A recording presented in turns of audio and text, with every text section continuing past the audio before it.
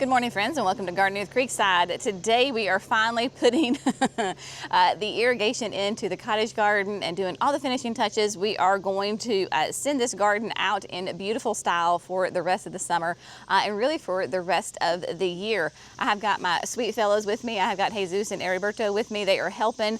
Could not do this without them. So what they are doing right now is starting to lay out the drip irrigation. We're going to show you that in a minute. And then once we get all the irrigation down, we're going to lay some good layer of great organic compost. We are using the Black Gold Ultra Outdoor Planting Mix.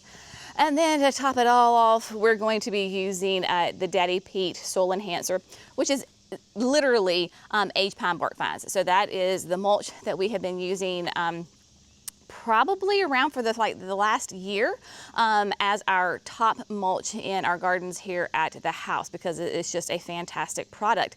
So let me walk you through what we're going to do, and I think even we'll take a little look-see once all of this is done. I'm going to show you the grand finale, how everything looks, and then we're going to look at the garden boxes, because oh my gosh, y'all, they are phenomenal right now, and I am absolutely covered up in pollinators, which is exactly what I wanted. So for those of you that maybe are new to this space, so we have, this is right off the side of our driveway coming in. Of course, the house is right here to my left.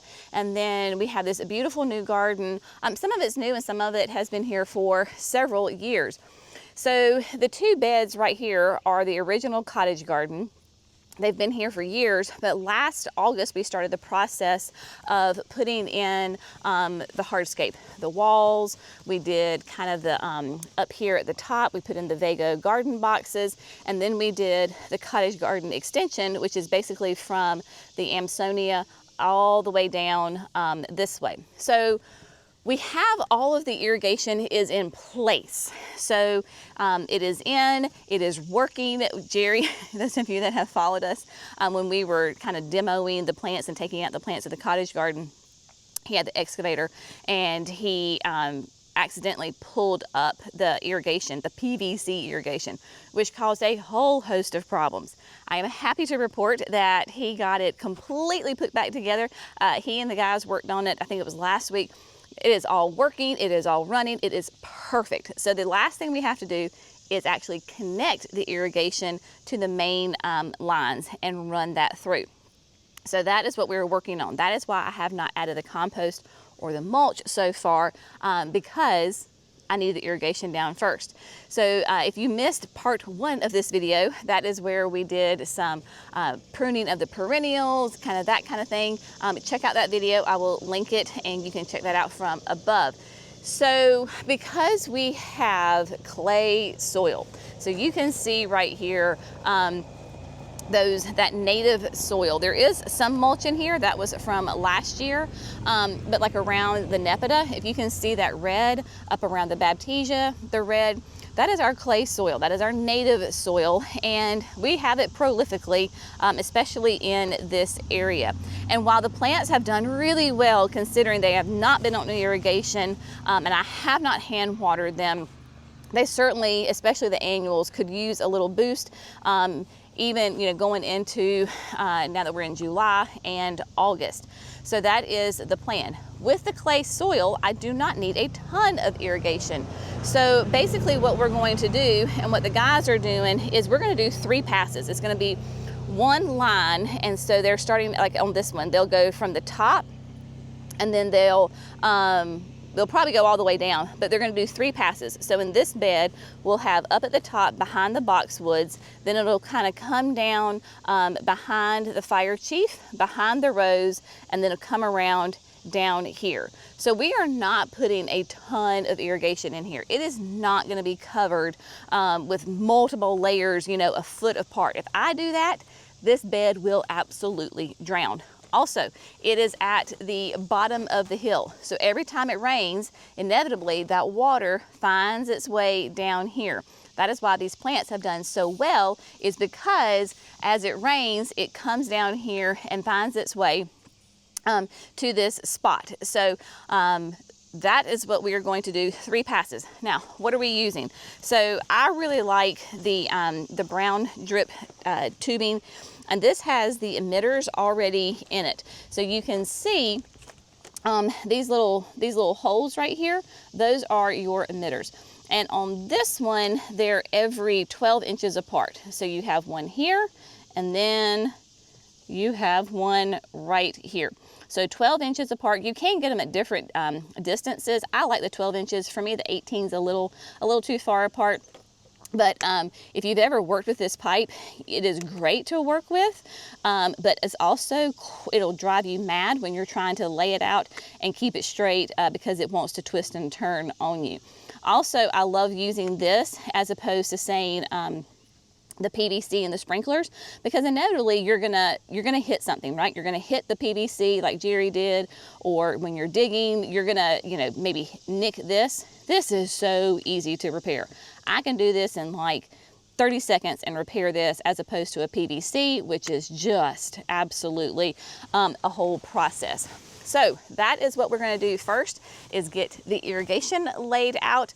You can see that they've already done a fantastic job right here. So they've got their pass back through the back, and then they're working around, and then the final one will come this way, and then we'll just end it right here and keep it just end it there.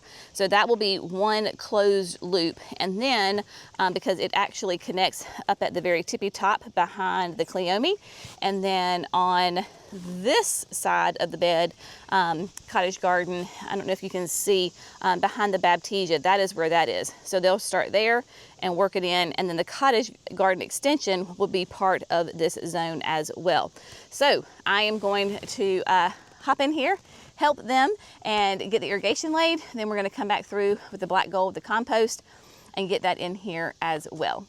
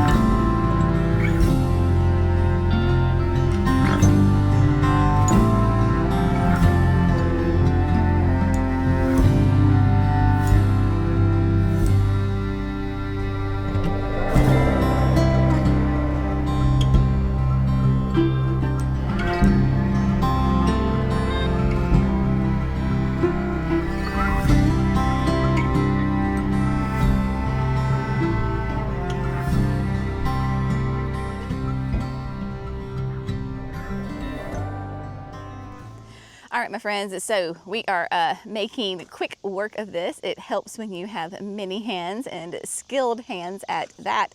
So we've got all the irrigation laid and turned on. So did a little test run, make sure everything worked, and it did. It was great. And so we have gotten, I was helping a little bit. The guys are doing most of the work. They're like, Jenny, just get out of the way. We can work faster without you in here. And I'm like, okay, fine.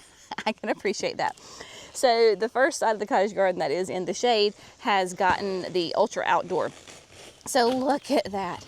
Can't you just hear the plants saying, thank you? Finally, you are showing us love. And so we have got the black gold in the first one, and then starting in the second. So really, like I said, in this first bed, we did the 3 passes of the irrigation. So we have it in the back, and then it goes kind of behind the birdhouse, and then back around, and then we capped it at the steps. And then this one basically was still, this one kind of turned out to be 4 layers just because of the way that everything kind of laid. And so, but we've got this whole bed as far as the irrigation. This is all one continuous line from here all the way down, including the cottage garden extension. So you can see, minus my shadow, how we got it in here. Let me flip around. The sun is not being my friend right now. So got that in here, and so it's here basically at this level. There's three layers. So there's 1, 2, because I wanted to make sure to get my azalea, and then 3 more down at the bottom. So if the plants are doing this well in the season without any irrigation, and I have not hand watered this at all. The only time I hand watered was when I newly planted some of either the annuals or the perennials. So those first 2 weeks, while I was trying to get them established, I would go ahead and hand water them. Other than that, everything has been on their own. Now, we have had lots of good rain, so that certainly has helped. But yeah, I mean, once you get those roots really well established, then man, we are good to go. So like I said, all of this water will find its way down. You don't have to have drip line on every single plant when you have clay soil. If you do, then you're gonna run your irrigation for like 2 minutes, 5 minutes, not very long at all, because if you have a ton of lines of irrigation with clay soil and you run it for 20 minutes a day, you're gonna drown your plants. They do not need that much water. That is the beautiful thing about clay soil, is it holds the moisture. Once it gets that moisture, it holds it, and it holds the nutrients. Now, if you are in a super dry, arid environment, or if you had soil that's super sandy and really well draining, that's a whole different story. So this is where it's being a student of your own garden and being a student of and understanding your climate and your soil conditions, because trying to teach people how to water or irrigate their plants is one of the hardest things to do. There is not a set formula that I say, do this for this amount of time on so many days. It all depends what kind of soil you have, how thick is your air. We are extremely, extremely humid. The dew point is like in the tropical range. So there's not a lot of evaporation happening with the water out of the ground. We don't have any wind, so then that keeps the water in the ground as well. So you just have to play around with it, but I always say it is better to be dry than overly wet. You can always add water, but you cannot take water out of the ground. So start cautiously and then work your way up. And adding the compost and the daddy peat on top means I have to water less, because any kind of moisture that goes in there is going to stay and it's going to be retained. So we will set this on the timer, because we have a lot of traveling that we're going to be doing in July for the business.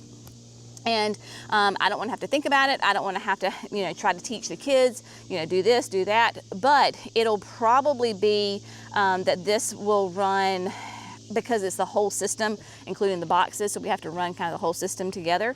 So maybe I set this for like 5 minutes. Runs 5 minutes every day, and then that is it. And that's all we need. So just kind of play with it. Again, you want it on the drier side, because you can add water. You cannot take water out. So what we're going to do is, they are just continuing to go ahead and get the Ultra Outdoor planting mix in here. And y'all, this is why we love that Ultra Outdoor, because it is such a great organic matter. It is OMRI listed certified. So OMRI means that it is certified organic. Not that I have to have, quote, per se organic in this bed, because I'm not eating I'm not eating my plants in here, but still you can use it for those kinds of environments. So if you want to see, like if you want to use it on your vegetables, you can absolutely use it on your vegetables. So if you want to know that it is high quality, certified organic, look for that OMRI listed. So not only does it have the compost in it, it's not just straight compost. It also has like the aged pine bark vines. So coming over here, right? So you can see it's got the great compost. So the bag is heavy. It is not a super light bag, but you've got this aged pine bark in there. And then I think there's maybe some other things that are in there also as well. But all I know is my plants love it, whether it's an annual, a perennial, a shrub, a tree, they absolutely love it. And isn't it so pretty? I love that too. All right, so Jackson is starting to put out the daddy peat. I will come back through and do the fine tuning and to make sure that it's just pristine. Now, Heriberto and Jesus are very good about making sure it's nice and neat and tidy. My 15-year-old son, maybe not so much. So Mama's gonna go through the final and just make sure it's all smooth. I'm a little OCD that way, so it's got me this far.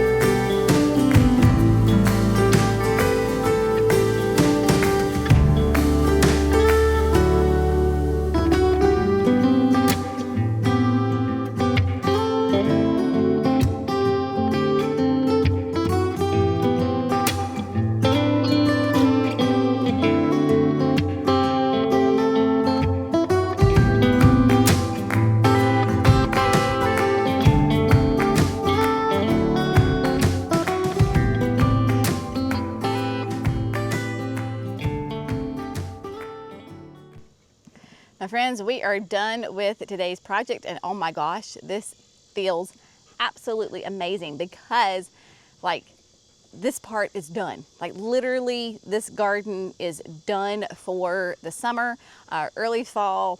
There's nothing we have to do other than just make sure that, you know, it's doing what it's supposed to do, just a little bit of maintenance on it. But man, I tell you, adding the, well, irrigation, they're just gonna be so happy.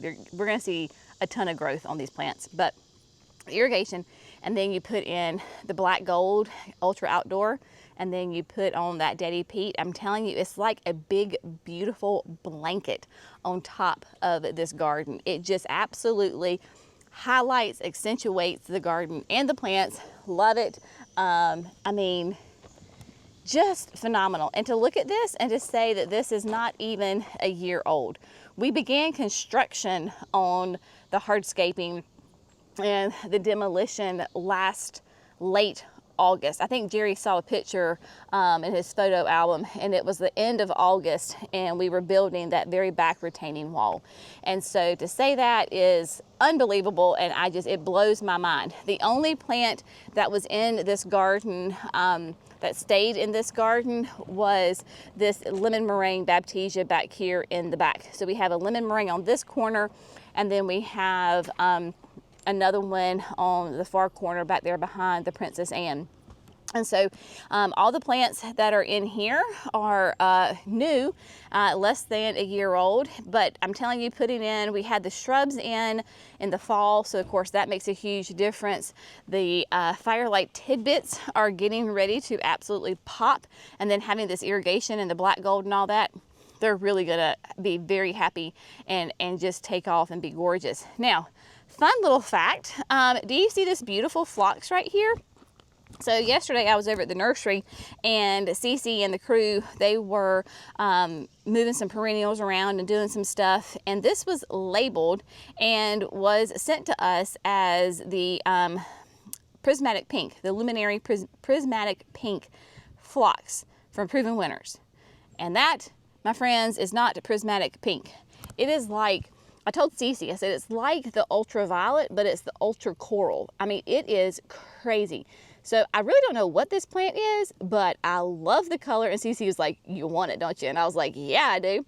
So we just stuck it in here because remembering that both the grass and the lantana are annuals. So, you know, next year, maybe I don't put those two like right there close to. So anyway, so that's really fun. And then look at this, y'all. This is the Shalom Peony Display Daylily. Isn't she beautiful? These were in the garden as well. We dug them up and then I replanted them. It is it's a peony style daylily. Proven winners did carry it, but it is super slow to grow. I mean, like crazy slow to grow. So they discontinued it, but I had, when they did have it, I have 4. So I have 2 in each of the flower beds and loving it. So update also, zinnias that I planted as seeds, they are starting to crack some color, as is the lemonade Cosmo up here. The pink lemonade is not blooming quite yet. But yeah, I mean, it just looks so pretty. It is lovely. And then of course having Jesus and Heriberto down here and helping has just been an absolute lifesaver and godsend. We are so incredibly blessed to have them here at Creekside and part of the Creekside family. So a huge shout out. Gracias, mi amigos. So thank you so much. And then let's go on up here because I want to show you, we didn't put this on camera, but Jerry, we had on, and this was from this was planned, it was never at the top of the list to do, but he had one of the irrigation, what do you call that? Sprinklers, thank you, sprinkler for the lawn, and so he was able to get that in because we have been, he had all the parts, like all the lines were there, so it's somewhere right in here. It's a pop-up, so it's somewhere right in here, and he had it trenched and everything. We had the line, all the things. He just had to connect it to the actual sprinkler head, so this sprinkler will take care and water this portion of the grass. It's a completely different zone, but I was like, hey, honey, can you go ahead and get that done? So that way when we're up in here, we can just get all of this done and it's, you know, no more red dirt. And so that's what he did. He had to run to the store and grab a part for something. But we basically went ahead and started here at the pink snow camellia. And then this is the Perfecto Mundo double white. So from here over is the portion that we went ahead and put the black gold and the irrigation and all the things on that, because coming down to the left, these are already on irrigation, and Jackson and Camden had put down some Daddy Pete for me before the signature experience. So now all of this flows and is very happy. So these plants will take off because they have been, I think, kind of dying of thirst because of the big trees, and so they're going to be super, super happy. Now, quick little update here on the garden boxes because they are just looking fabulous. When Jerry got the irrigation working, of course, that means that the irrigation in the boxes is working. And so, I mean, everything is just literally buzzing with activity. We have got so many like honeybees. There's a honeybee on the Penta. She's hiding. She's underneath there. There she is. So you got tons of honeybees. We got tons of bumblebees galore. I mean, this, like literally when you walk up here, you can hear them humming, and just, if you can see that on their Vermillionaire right there, but they are just doing great. And of course the salvias and the Suncredible Saturns, they are beginning to take off. Those, I'm telling you, these sunflowers, even though they're pollenless, that does not mean they don't have any nectar. They are full of nectar. Your pollinators love them. When it says it's pollenless, all that means is that you can cut them and bring them inside, and it's not going to drop pollen all over your table and everything. But the pollinators love them. Look at this portulaca. I'm telling you, if you don't grow, especially this yellow is one of my absolute favorites. I think mango is coming in really close. I mean, well, fuchsia. I love fuchsia too. Anyway, they're all great. But yellow particularly is a huge pollinator attractor. I mean, massive. And I love by putting it in a container like this. Let's see. Let me show you one of the other ones. It acts as a great trailer, like a spiller, right? So look at this box. Can you see how it's like spilling over right there in the front? Not that it's going to be it will never reach the ground. I don't want it to reach the ground, but how it just kind of comes over right there in the center, softens it up, brings a little a little movement to the box. Love it so much. Now, what I don't love is, as you know, if you've watched me more than a hot second in the summertime, is I do not love the Japanese beetles. And the Japanese beetles, however, do love Kufia.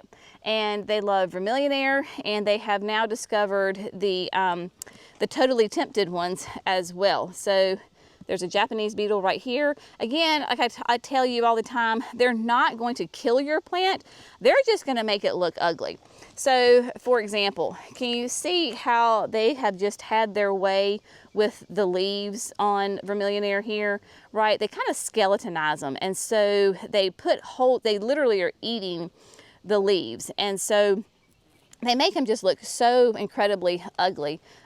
Here's a Japanese beetle right there in case you're blessed enough to not know what a Japanese beetle looks like. There you go. So they're on the Vermillionaire, and they're on definitely the purple, the vivid violet. I haven't seen if they're on, I don't know if they found the reds yet, but I am not going to spray anything on them. I'm gonna step in the shade here for a second. I'm not gonna spray anything on them because obviously they're surrounded by massive pollinator attractor plants. And the only way that you're gonna kill a Japanese beetle is to use a pesticide. And so you've got to use something strong and to kill the Japanese beetles. And so I don't want to do that because I'm trying to attract as many pollinators as I possibly can. And so I am just going to sacrifice the leaves right now of the Kufia, because there is a season for the Japanese beetles. And hopefully here within the next couple of weeks, we will pass the Japanese beetle season. I can trim back those annuals and they will flush back out and be beautiful again. So right now absolutely, I could go ahead and get my tub of soapy water. I know Cece has one at the garden center, and it's a beetle bucket. She took one of the older, like we'd already used from the Proven Winners, the water soluble fertilizer, that container, that little bucket. And so you put water with some dish soap in there, and then you can go out in the morning and you knock them into the soapy water and it kills them. I absolutely could do that. I thought about doing that. I haven't done it yet. So there you go. But I mean, the boxes, they are just thriving. I mean, look at that. Absolutely love it. I love the yellow portulaca. I mean, it's just so vibrant and so happy. And then the Saturn popping up and being all sweet. And then the blue suede shoes, salvias, I mean, brings in a nice, really pretty blue. And then of course we have the volvulus on the back. But everything is looking great. The bubble gums, man, they are rocking back here. I have not pruned them. I probably need to come through and just do a very gentle, like you wouldn't even know it. Just clean them up right here on the edge. That way they don't spill over and go too crazy. My Edge of Nights, Summerific Edge of Nights, they are coming. They too are going to love having some constant irrigation, so that's going to be fabulous. And then this middle box, oh my gosh, y'all, is just beautiful. Remember, I used hanging baskets. That's the Mini Vista, Super Tunia Mini Vista White on all 4 of the corners. They were hanging baskets. Got them planted with that unplugged So White or unplugged white salvia there with the Rise Up Amberness Rose. Having to kind of keep the beetles off of it as well. And but man, you can see all the bees just loving this white salvia. And then I have been so happy with the Blew My Mind XL Volvulus here in the container. I have the Blew My Mind in the garden boxes, so I said, well, let's just have it fun. Put it in here. This is not on irrigation, so I do have to water this one, but I have my watering can, and honestly, I can water it about every other day. And that's why I put the Blew My Mind here, is because it's very drought tolerant, so it doesn't mind, like it doesn't have to stay super moist all the time. So love that. Those true blue flowers, I mean, look at that, lovely. Now, I know some of you have noticed that I have a hose reel up here, and that is because, as again, I walk to the shade, it's past noon, and this is a very, very sunny spot, and it is very warm, and we have been outside all day, so I'm just gonna stand in the shade. Okay, so this box, the very first box, talking about the irrigation, all the irrigation is working. However, there's always a however. Obviously, this irrigation line somewhere deep down is pinched. So in here, in the garden, we have all the main irrigation lines running. They're underground. And then they come up from the center of each of the boxes. So there's 5 pop-ups that come up. They're not pop-ups, but the irrigation comes out of the ground. This is the one box that we put like some logs and sticks and all sorts of other things, thinking that we were going to try to save some soil. And we did one, and we were like, okay, this is not going to work. This is going to take forever. So then we topped it off, of course, with soil, potting soil and all the good compost and all the things. And then the other ones just have plain soil in them. Well, somewhere, we don't know if it's in the ground, if it's coming up, where it is, but there is a pinch, because all it does when you turn the irrigation on is the little tiniest little trickle, because Jerry took the actual drip line out from the main line that's coming up, and there's just a very tiny little trickle of water coming out. So certainly not enough to fill the lines and water the box like it needs to be watered. Clearly, I am not taking this box apart at this point in the season to fix the irrigation. That defeats the whole purpose. So Jenny gets to hand water this one box until the fall, and we take these annuals out, which is not that big of a deal because there's so much soil in there. I can water it about every 2 to 3 days depending on the weather. And so what I do is I have a hose link here at the house, and the hose link will reach perfectly right to where the hose reel is. I can connect it, and then that's 100 foot of hose. Not that I need to do anything else now that the irrigation is working, but I can easily water that. And so there you go. But again, this feels so good to get this done because it looks amazing. The plants are absolutely going to go bananas with the irrigation, the blanket of compost, and then being nice and insulated with that Daddy Pete soil enhancer, what we use as the mulch. There is a lunch right there, perfect timing. So yeah, they are going to be very, very happy. And the weeds, though, are not. The weeds absolutely hate this because they can't germinate in here. So I love that as a gardener. If you have found this fun and informative, inspirational, we would love it if you would like and subscribe to Gardening with Creekside. That way you don't miss those 5 videos that we do each and every week. Y'all have an absolutely amazing day. Happy July. Stay cool. Drink your water, wear your sunscreen, and just enjoy this season. We'll see you in the next video. Bye, friends.